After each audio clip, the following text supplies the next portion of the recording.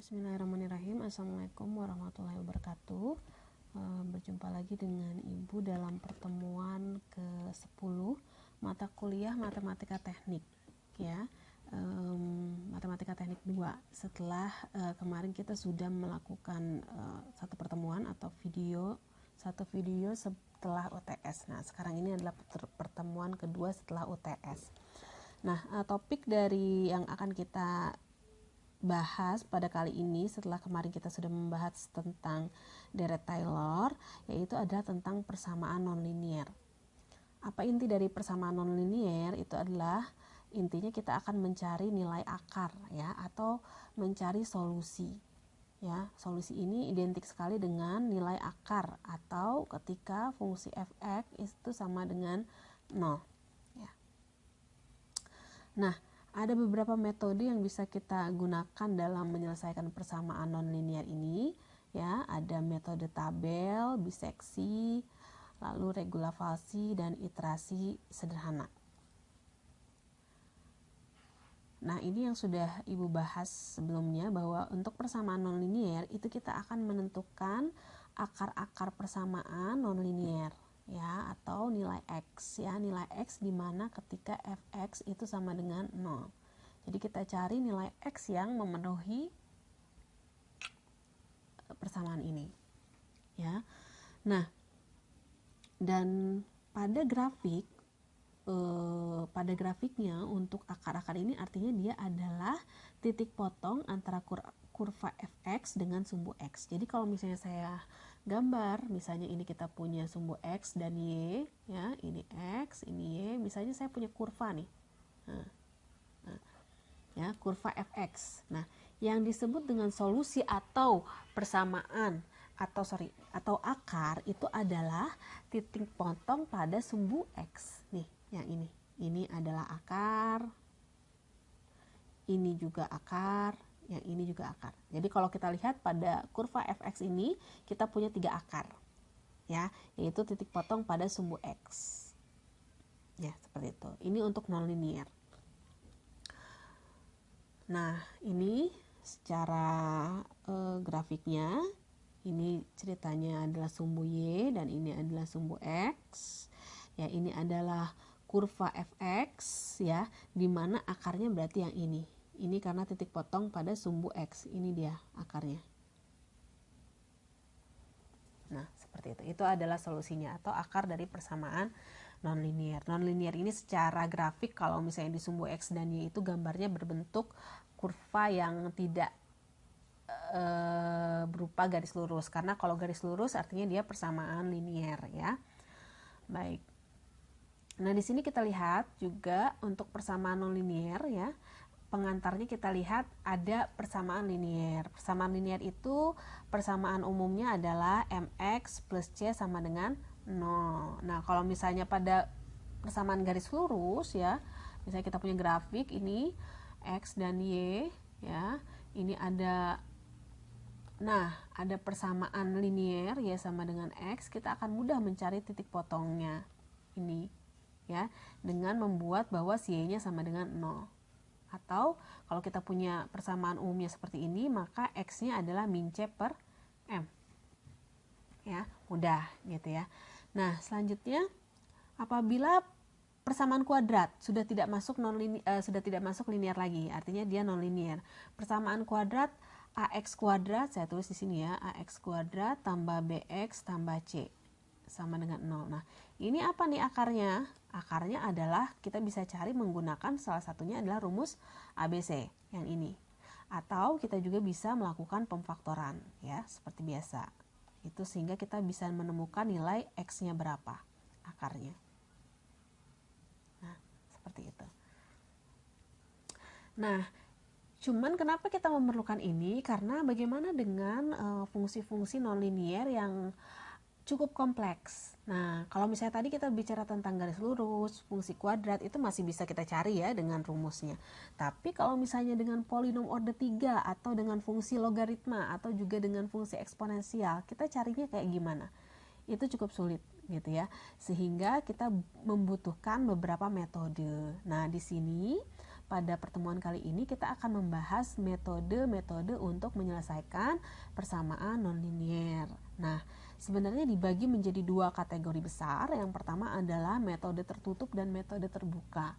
Ya, apa perbedaan antara metode tertutup dan metode terbuka? Ya, untuk metode tertutup gitu ya, kita mencari akarnya itu pada range tertentu. Misalnya kita tentukan range A sampai B. Jadi kalau misalnya saya punya grafik ya, seperti ini misalnya. Nah, ini fx ya. Artinya kan kita akan mencari nilai atau titik ini. Nah, pada metode tertutup kita harus menentukan range yang memang di dalamnya ada akarnya. Misalnya ini A sampai B. Nah, ini adalah range-nya. Secara ilustrasi digambarkannya seperti itu. Dan jelas bahwa kita bikin range-nya juga nggak sembarangan, tapi kita harus menentukan range ya atau selang yang memang dipastikan terdapat satu akar. Ya, jadi kalau kita bikin range-nya misalnya, kita bikin range-nya di sini, ngapain? Karena di sini nggak ada akarnya. Tapi gimana caranya ya kita menentukan bahwa di range tersebut ada akar? Ya, karena kita secara ini juga kita nggak tahu nih gambarnya kira-kira seperti apa gitu, kecuali kalau kita menggunakan aplikasi untuk menggambar grafik ya. Nah, gimana caranya kita menentukan selang yang memang di dalamnya ada akar? Sebenarnya mudah ya. Kalau kita punya ini grafik ya, kita teruskan aja gini. Ini A1, B1 ya. Kita bisa lihat bahwa FA di sini, kalau yang nggak ada akar ya, FA1 ya kali FB1 itu kan FA1 artinya positif ya di sini ya. Ini 0. FB1 positif juga. Jadi ketika FA1 kali FB1 itu positif, dipastikan dia nggak ada akar. Berbeda dengan yang ini. Kita lihat di sini FA-nya positif, yang ini FB-nya pasti negatif ya, misalnya di sini. FB-nya negatif. Di sini kita lihat FA kali FB itu negatif atau kurang dari 0. Dipastikan dia akan memiliki akar. Ya. Sehingga untuk metode tertutup ini dia hasilnya akan selalu konvergen. Artinya konvergen itu apa? Dia akan selalu menemukan akarnya. Kalau divergen artinya dia nggak ketemu akarnya gitu ya. Nah, seperti itu. Nah, apa bedanya metode tertutup dengan metode terbuka? Kalau tadi kita berbicara tentang selang A, B, kalau metode terbuka artinya dia tidak memiliki selang A, B ya. Sehingga dia memerlukan apa? Dia memerlukan tebakan awal. Nah, itu. Dia memerlukan tebakan awal dulu, misalnya X0-nya berapa? Misalnya 3. Kita anggap akarnya itu 3. Atau tebakan awalnya 3.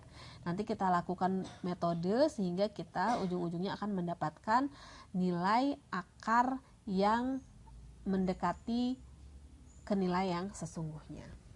Nah, dengan metode terbuka ini ada dua kemungkinan. Kita bisa memperoleh hasil yang konvergen atau kita bisa menemukan akarnya, atau juga kita bisa memperoleh hasil yang divergen atau kita tidak dapat menemukan akarnya ya. Oke, kita lanjutkan. Jadi pada pertemuan video kali ini saya akan membahas metode tertutup ditambah satu lagi metode iterasi titik tetap ya untuk pertemuan kali ini. Oke, kita lihat di sini untuk metode tertutup ada metode tabel, biseksi dan juga regulavasi. Dan untuk metode terbuka yang nanti akan kita bahas pada video kali ini adalah yang metode iterasi sederhana. Ya, ini akan kita bahas pada pertemuan ke-11 ya, pertemuan berikutnya. Baik, kita lanjutkan ya. Nah, ini yang saya jelaskan tadi ya, ini adalah teorema bentuknya bahwa untuk menentukan range atau selang AB ini ya, dimana bahwa di dalamnya ada akar nggak sih gitu ya, maka kita harus memenuhi persamaan ini yang tadi ya. Nah, kalau di sini kan anggap ini adalah sumbu sumbu Y, ini adalah sumbu X, ini adalah 0. Artinya kalau di sini FA-nya adalah positif ya. Sedangkan FB di sini negatif. Karena di bawah 0. Jadi dipastikan dia pasti ada akar. Inilah akarnya. ya. Sedangkan untuk kondisi yang kedua kita lihat bahwa ini sumbu Y, FA-nya positif, FB-nya positif juga gitu ya. Sehingga jika FA kali FB itu positif, itu dipastikan tidak ada akar di dalam selang tersebut. Itu juga berlaku ketika misalnya kita punya kurva seperti ini. Ini 0, ini sumbu Y, ini X. Kita lihat misalnya kita mau buat selangnya di sini, AB. Nah, FA berapa? FA negatif ya. Kita nggak usah cari berapa nilainya, tapi kita lihat aja tandanya atau sign-nya itu apa. FB juga dia negatif, sehingga perkalian dari fungsi atau nilai FA dikali FB itu adalah positif. Dipastikan dia tidak ada akar, ya. Itu konsepnya, ya. Dan konsep ini harus benar-benar difahami, dan kalian juga harus sudah paham bahwa apa yang disebut dengan solusi persamaan nonlinear yaitu adalah akar atau itu adalah titik potong pada sumbu X, ya.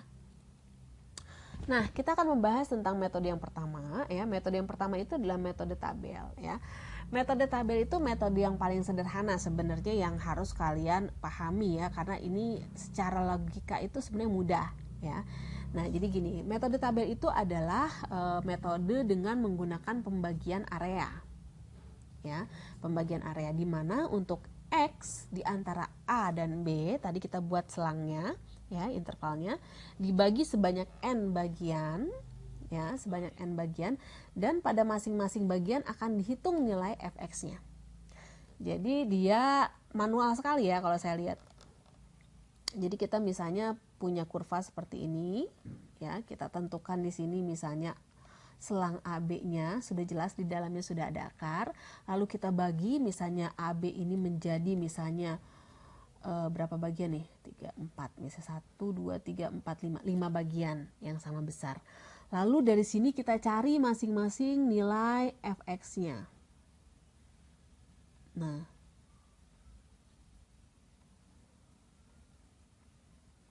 nilai fx-nya kita cari masing-masing, ya. Manakah dia yang paling mendekati fx-nya itu paling mendekati nilai 0, maka itulah hampiran akarnya. Jadi kalau kita lihat di gambar ini berarti pasti X yang ini ya, yang paling mendekati dengan 0. Padahal dia di sini nih sebenarnya. Nah, seperti itu konsepnya, konsep dasarnya. Oke, nah ini algoritmanya ya. Kalau kalian udah mengerti konsep tadi, sebenarnya kalau misalnya dicocokkan dengan algoritma ini juga kalian pasti akan cepat mengerti ya. Pasti bisa kebaca ya. Ini tolong dipahami sendiri ya. Baik, selanjutnya contoh biar nggak pusing. Misalnya saya punya fungsi fx sama dengan x tambah e pangkat x. Ya, dengan range-nya itu adalah min 1 sampai 0. Atau saya mau cek dulu nih, kalau f min 1 itu nilainya positif nggak? F min 1 itu artinya min 1 ditambah e pangkat min 1. Atau min 1 ditambah 1 per E, ya. Kira-kira hasilnya negatif atau positif? 1 per E itu berarti 0, sekian. Nah, ini pasti hasilnya negatif ya. F min 1 itu negatif. Dan F0 sekarang kita cek. F0 artinya 0 tambah E pangkat 0. Nah, berapa nih? Sama dengan 1. 1 itu positif ya, positif. Nah, artinya jelas pasti di selang min 1 sampai 0 ini ada akar, ya. Nah, lalu kita lihat di sini kita mulai dari min 1 sampai 0 dan kita akan bagi menjadi 10 bagian. Ya. Setelah itu kalau kita bagi menjadi 10 bagian berarti kan ini 0,0, min 0,1, min 0,2, min 0,3 dan seterusnya. Setelah itu kita cari nilai fx dari masing-masing nilai ini. Nah, kita cari nilainya. Nah, kita cari yang paling mendekati dari sini, yang paling mendekati ke 0. Karena kita tahu bahwa solusi dari persamaan nonlinear itu adalah nilai x, ingat tadi ya, di mana fx sama dengan 0. Itu solusinya. Nah, minimal kalau kita misalnya belum dapat yang 0, kita bisa dapat yang paling mendekati dengan 0. Nah, kalau kita lihat di sini yang paling mendekati dengan 0 itu yang mana nih? X berapa?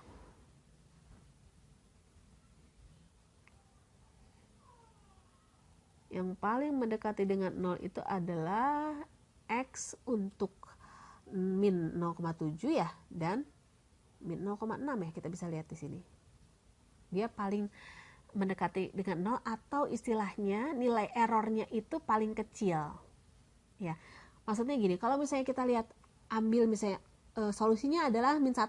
Nah, kalau kita ambil solusinya min 1, artinya kita punya errornya berapa? Errornya itu adalah 0,6. Ya. Dibandingkan dengan nilai X sama dengan min 0,7 ini, errornya berapa ini? Errornya 0,2. Lebih kecil mana? Lebih kecil yang 0,2 dibanding dengan 0,6. Karena error itu harus makin kecil. Kalau yang ini errornya 0,05, semakin mendekati ke 0. Ini lebih bagus lagi. Yang dipakai mungkin 0,6 ya. Nah, kita lihat di sini. 0,5, 0,2. Oh, ternyata salah, bukan min 0,7, tapi ada yang lebih kecil lagi, 0,1 ya. Ya, ingat. Jadi bahwa berlaku juga bahwa error itu adalah harga mutlak ya biasanya. Dia nggak memandang min 1 atau 1. Jadi untuk error min 1 dan 1 itu dianggap sama, karena artinya dia punya kecenderungan atau punya penyimpangan sebesar atau ya sebesar 1 gitu. Even itu minus ataupun positif sama aja. Nah, kita lihat di sini dari tabel diperoleh penyelesaian berada di antara min 0,6 dan min 0,5. Jadi kita lihat di sini ya. Sebenarnya berada di sini karena di sini ada titik 0 kan ya, antara min dan plus ada titik 0. Nah, jadi mungkin bisa min 0,55 atau mungkin bisa min 0,57 dan seterusnya. Ya. Nah, sehingga dapat diambil keputusan penyelesaian di X sama dengan min 0,6 karena dia cenderung lebih kecil dibanding dengan min 0,5. Ya, atau mau dicari lagi di tengah-tengah sini lalu dibagi lagi menjadi beberapa bagian boleh juga, itu akan lebih mendekati ke 0. Ya. Nah, ini makanya bila pada range X sama dengan min 0,6 sampai min 0,5 yang tadi saya ceritakan dibagi lagi ya menjadi 10, maka kita akan memperoleh nilai fx terdekat dengan 0 di X sama dengan min 0,57 dengan nilai fx-nya atau errornya adalah ini ya. Mudah-mudahan bisa dipahami ya. Oke, kita lanjutkan ya. Nah, cuman ya dari metode tabel yang sudah kita pelajari bersama tadi ada kelemahannya. Kelemahannya apa? Metode tabel ini sulit ya, secara umum sulit mendapatkan penyelesaian dengan error yang kecil. Ya, karena itu metode ini tidak digunakan atau tidak disarankan dalam penyelesaian persamaan nonlinier. Yang kedua, metode ini digunakan sebagai taksiran awal aja kalau mau juga gitu ya, untuk mengetahui area penyelesaian yang benar sebelum kita menggunakan metode-metode yang lain. Seperti itu. Ya. Nah, selanjutnya adalah metode biseksi. Nah, metode biseksi ini dikembangkan dari metode tabel ya. Jadi ide awalnya adalah dari metode tabel di mana area dibagi menjadi n bagian. Hanya saja metode biseksi ini ya, kalau tadi kita membagi areanya menjadi n sama besar gitu ya. Kalau misalnya biseksi ini kita membagi selangnya tadi atau range-nya itu menjadi 2 bagian. Nanti dari 2 bagian ini dipilih bagian mana yang mengandung dan bagian mana yang tidak mengandung akar akan dibuang. Hal ini dilakukan berulang-ulang sehingga nanti akan diperoleh akar persamaannya atau nilai errornya semakin kecil. Ya. Nah, contohnya ini, repeated dissection. Ya. Jadi kalau kita lihat, ini kita punya kurva fx yang warna hijau ya, yang warna hijau. Lalu kita tentukan misalnya selangnya ya, selangnya yang pertama kita tentukan adalah di A sampai B. Ya, yang ini sampai sini. Nah, ini konsepnya harus kalian pahami ya sebelum kita menghitung ke perhitungan manual. Yang penting konsepnya dulu. Dari selang A sampai B ini kita bagi dua. Ya. Kita bagi dua sehingga kita memperoleh titik C.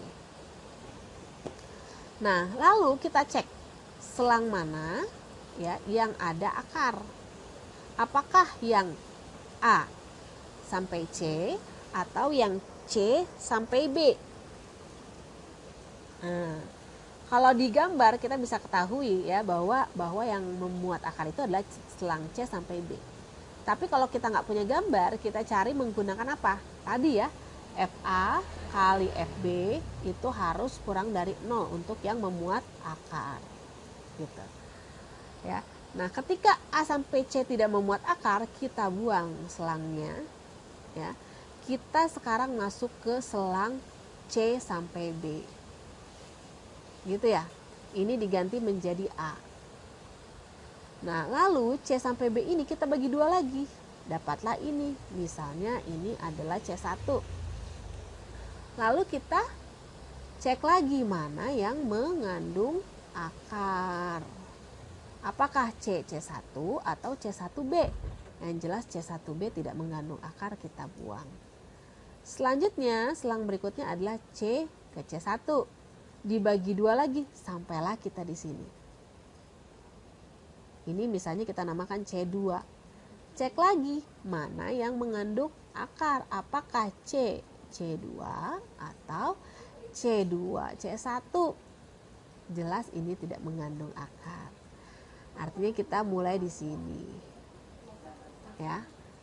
Begitu sampai dia akhirnya mendekati akarnya. Ya, jadi konsepnya kayak gitu. Mudah ya. Logis banget. Ya, baik. Kita lanjut. Nah, jadi sebenarnya kalau saya udah menjelaskan yang tadi dan kalian sudah paham, sebenarnya untuk menjelaskan ini juga nggak perlu. Karena sama aja. Jadi untuk metode biseksi kita pertama adalah menentukan batasnya. Yang jelas harus batas yang memang atau selang yang menganut akar ya A dan B. Lalu kemudian kita tentukan nilai tengahnya tadi yang si C ini, si C. Setelah itu dari C ini kita hitung selang mana yang memuat akar. Ya, lalu yang membuat akar kita jadikan selang baru, lalu kita bagi dua lagi dan seterusnya. Oke, nah ini algoritmanya. Setelah kalian tadi paham konsepnya, kalian juga pasti akan paham dengan algoritmanya. Nah ini untuk mempermudah kita lihat contoh soalnya. Kita punya persamaan X kali E pangkat min X tambah 1 sama dengan 0. Ya, dengan range-nya misalnya min 1 sampai 0 ya. Jadi range awalnya min 1 sampai 0. Lalu kita cari titik tengahnya min 0,5 ya. Lalu kita cari nilai fx dari min 0,5 itu, atau kita gambar ya. Biar gampang ini. Ini saya punya min 1, saya punya 0.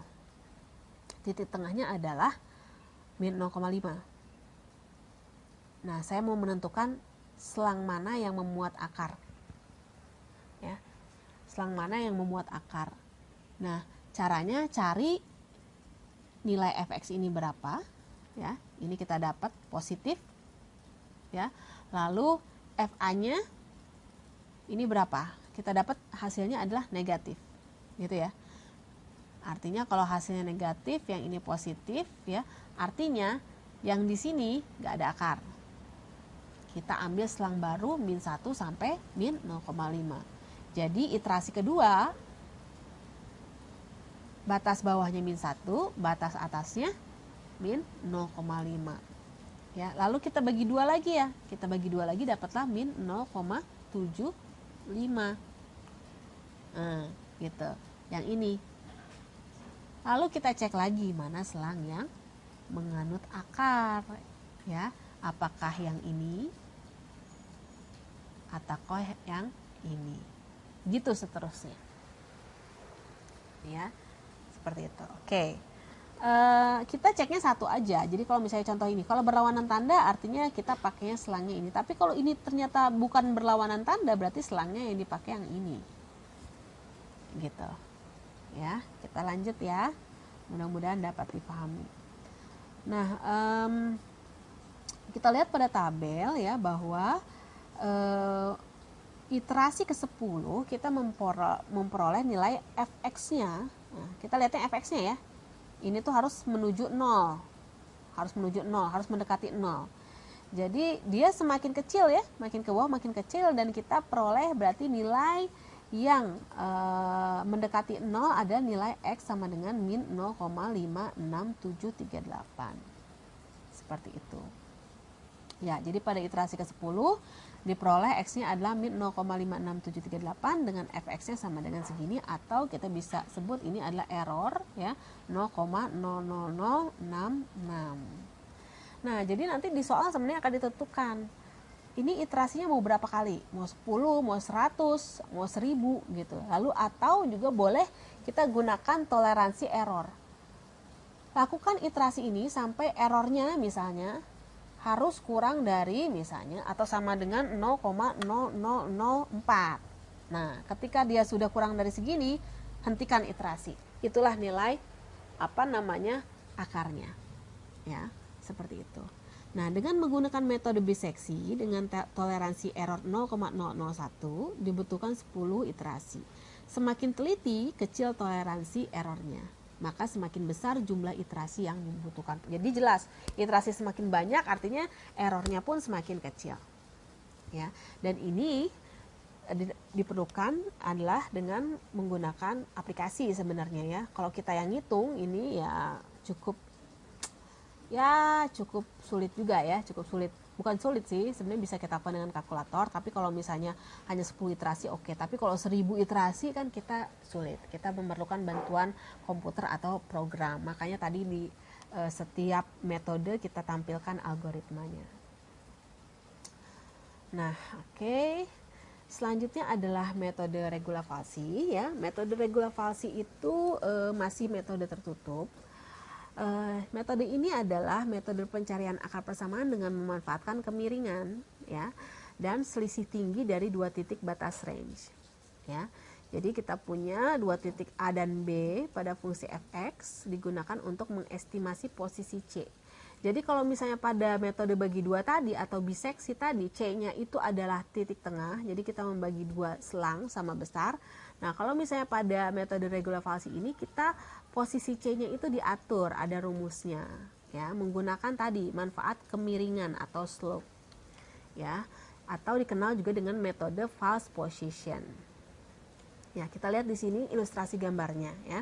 Kita punya kurva fx yang warna hijau ini ya, kita tentukan selangnya dulu, misalnya ini A sampai B ya. A sampai B kita lihat di sini A-nya, ini B-nya. Nah, kalau tadi metode bagi dua, kita bagi dua ya selangnya ya untuk menentukan nilai C. Nah, kalau misalnya pada metode regulavalsi ini ya, kita menentukan nilai C-nya itu menggunakan memanfaatkan rumus persamaan slope atau kemiringan ya, dan sedemikian sehingga kita bisa memperoleh nilai C-nya. Jadi kalau misalnya kita punya nilai A-nya di sini, kita tarik garis ke sini, lalu punya B, kita tarik garis ke sini, lalu kita tarik garisnya dari titik sini ke sini, maka titik potong dengan sumbu X-nya ini adalah nilai C.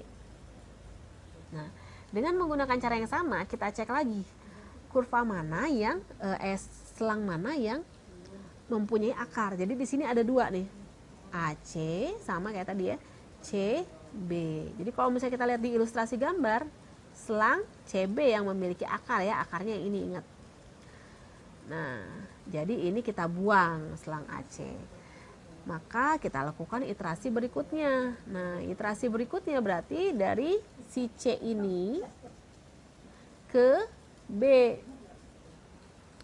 Nah, kita tarik garis lagi. Nah, seperti itu, anggap lurus ya. Akan berhenti di sini. Ini ada nilai C-nya. Udah semakin dekat nih ke nilai akarnya. Ya, akan semakin dekat kan. Jadi dia sebenarnya untuk metode regulavalsi itu lebih cepat konvergennya dibanding dengan metode bagi dua. Nah, ini dengan penurunan matematis kita bisa peroleh nilai C-nya itu adalah ini. Ya. Nah, dan ini adalah algoritma metode regulavalsinya ya. Jadi kalau kalian udah ngerti konsepnya, kalian baca algoritma ini akan lebih paham lagi. Oke, ya. Nah, ini contoh soalnya. Contoh soalnya kita punya persamaan ini ya pada selang 0 sampai min 1 ya. Maka kita akan cari sama kayak tadi sebenarnya tabelnya. Nah, X ini adalah nilai C-nya ya. Nilai C-nya di mana C tadi kita selesaikan dengan metode bagi 2 ya. Kalau ini dengan rumus yang tadi ya, rumus yang dihasilkan dari persamaan kemiringan.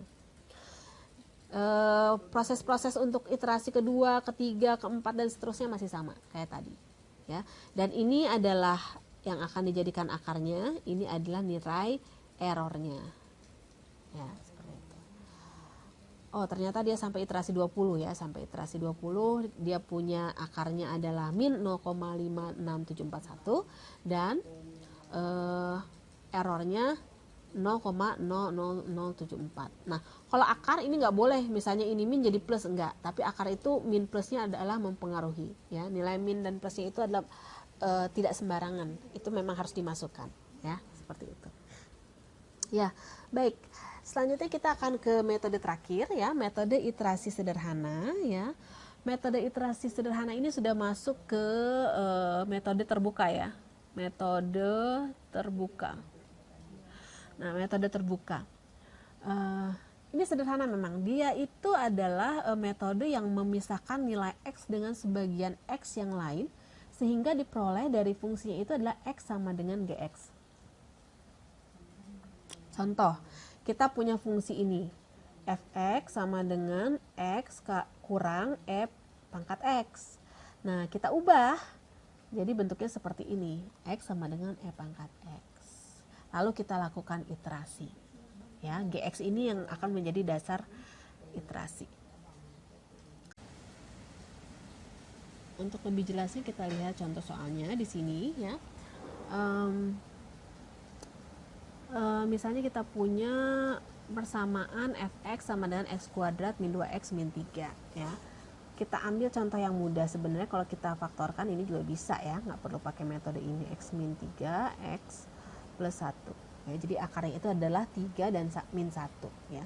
Dari persamaan x kuadrat min 2x min 3 ini kita ubah bentuknya menjadi x sama dengan, salah satunya adalah bisa dalam bentuk seperti ini ya. Lalu kita buat tebakan awalnya ya sama dengan 4 ya, dan juga kita tentukan misalnya nilai errornya itu adalah minimal itu adalah 0,00001.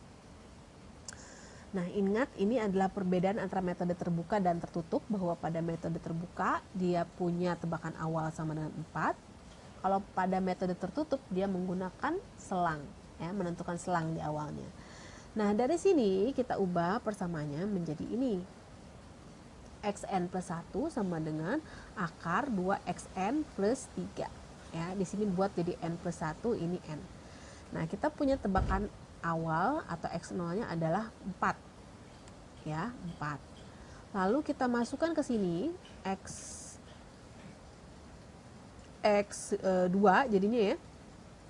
Sama dengan akar 2x1 tambah 3. Artinya kita masukkan nilai x1-nya berapa tadi? 2 kali 4 tambah 3 atau akar 11. Akar 11 itu adalah 3,31662 ya.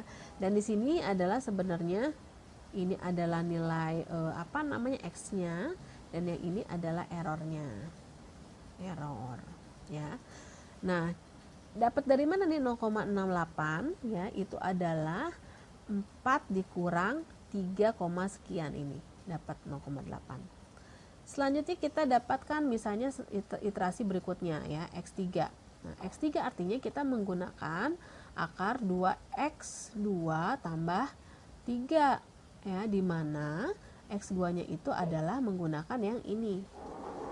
2 kali 3,31662 tambah 3.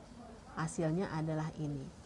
Errornya berapa? Errornya adalah dari yang 3,31 yang ini ya, x2 dikurangi x3. Dapatlah ini.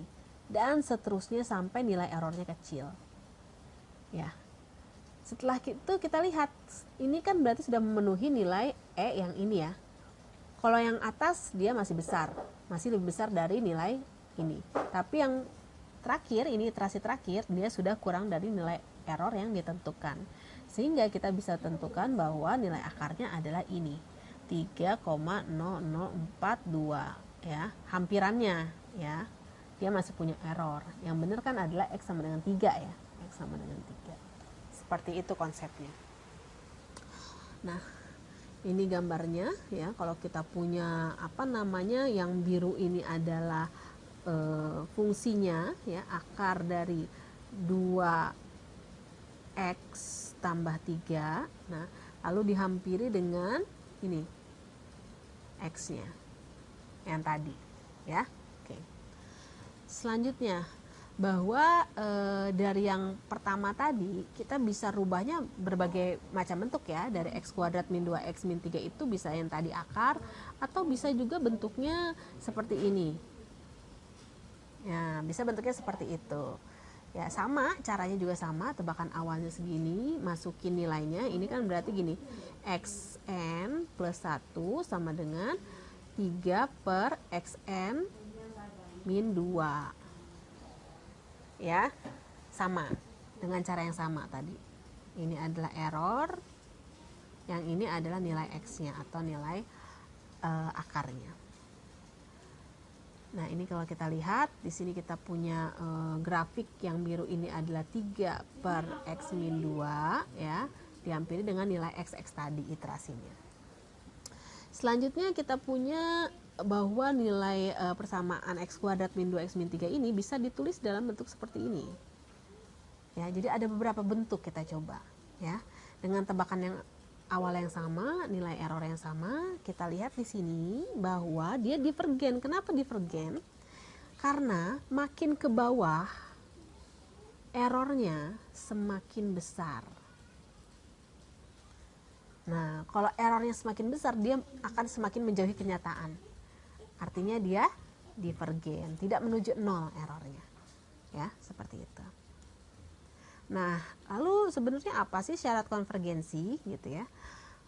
Nah, kalau kita lihat di sini ya, pada range I ya, di mana S min H, misalnya ini adalah selangnya S min H sampai S plus H dengan S adalah titik tetap. Ini bisa disebut konvergen monoton kalau turunan pertama dari GX-nya itu di antara 0 dan 1. Ya. Lalu dia disebut konvergen berosilasi, artinya naik turun. Jadi pertama errornya kecil, membesar, terus kecil, membesar, terus kecil, menuju 0. Nah, itu disebut konvergen berosilasi. Kalau misalnya turunan pertamanya antara min 1 dan 0. Dan dia disebut divergen monoton kalau misalnya turunan pertamanya lebih besar dari 0, dan dia disebut divergen berosilasi kalau misalnya turunan pertamanya kurang dari min 1. Ya, ini bisa kita pegang juga untuk menentukan apakah dia akan konvergen atau divergen. Nah, di sini kita bisa lihat ya untuk contoh soal yang tadi. Untuk bentuk seperti ini ya, apakah dia konvergen monoton ya? Iya, karena turunan pertamanya dan kita masukkan nilai awal 4-nya adalah kurang dari 1. Maka dia konvergen monoton. Untuk yang kedua dia cukup berosilasi. Ya, tapi dia konvergen.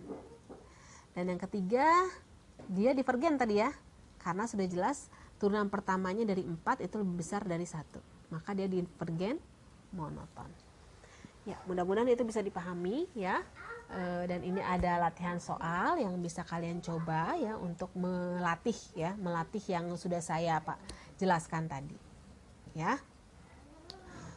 Baik, untuk video kali ini saya cukupkan sampai di sini. Mudah-mudahan kalian bisa paham ya. Dan mohon maaf jika ada yang masih belum jelas. Kalau misalnya ada yang masih belum jelas, kalian bisa langsung kontak ke ibu ya. Sampai di sini video kita saya akhiri. Alhamdulillahirabbil alamin. Wassalamualaikum warahmatullahi wabarakatuh.